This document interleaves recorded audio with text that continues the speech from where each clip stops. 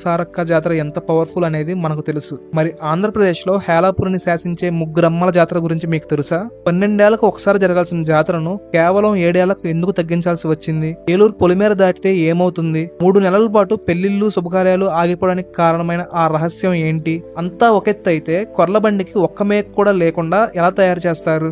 జాతర చివరి రోజు పంబలవారు అమ్మవారు చెప్పే ఆ చివరి మాట ఏంటి? ఈ complete history, suspense and rules గురించి తెలుసుకోవాలంటే ఈ వీడియోను మిస్ కాకుండా లాస్ట్ వరకు చూడండి. దేశంలోని అనేక రాష్ట్రాల్లో విభిన్నమైన ఆచారాలు ఉన్నప్పటికీ కూడా ముఖ్యంగా మన తెలుగు రాష్ట్రాల్లో ఈ ఆచారాలకు, సంస్కృతులకు ఇచ్చే విలువ చాలా ఎక్కువ. తెలంగాణలో సమ్మక్క సారక్క జాతర ఎంత ప్రసిద్ధి చెందిందో అదే విధంగా ఆంధ్రప్రదేశ్ లో ప్రతి జిల్లాలో కొలిచే పొలిమేర దేవతలకు నిర్ణీతమైన కాల వ్యవధిలో పూజలు చేస్తారు. ఉమ్మడి పశ్చిమ గోదావరి జిల్లా ఏలూరులో శ్రీ గంగానమ్మ, శ్రీ ఆదిలక్ష్మమ్మ, శ్రీ వినుకొండ అంకమ్మ మరియు పోతురాజు బాబుల జాతర గురించి ఈ రోజు మనం తెలుసుకుందాం. ఈ జాతర దాదాపు 250 సంవత్సరాలకు పైగా చరిత్ర కలిగింది. ఏలూరుకు హేలాపురి అనే పేరు ఉంది. దశాబ్దాల క్రితం అంటువ్యాధులు, కరువు సంభవించినప్పుడు ఆ టైంలో హేలాపురిని పరిపాలించిన చాళుక్యులు రాజుగారి కలలో అమ్మవారు ప్రత్యక్షమయ్యి జాతర జరిపించమని కోరినట్టు శాసనాలు చెబుతున్నాయి. ఈ జాతర జరపడం ద్వారా అమ్మవారు ఏలూరు ప్రజలను, ఇక్కడి పచ్చని పంటలను ఆయురారోగ్యాలతో, సిరి సంపదలతో కాపాడుతుందని ప్రజలందరి బలమైన నమ్మకం. అయితే ఏలూరు గ్రామంగా ఉన్నప్పుడు